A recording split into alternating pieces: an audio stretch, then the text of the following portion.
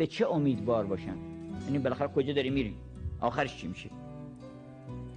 امید من در عالم چیه؟ امیدت اینه که و من یعمل مثقال ذره خیرا یره و من یعمل مثقال ذره شرا یره. تو اگر به طرف دانایی بری که به بغداد نمیرسی، که به دانایی میرسی. این راه که تو میروی به ترکستان است، این به ترکستان میرسه، به مکه نمیرسه. اگر به سمت زیبایی رفتی، یواش یواش من جاهد فینا لنهدینهم سبلنا. اگه تو طرف ما اومدی که نمیرسی، از سر شیطون در نمیاری، که حتما میرسی به ما.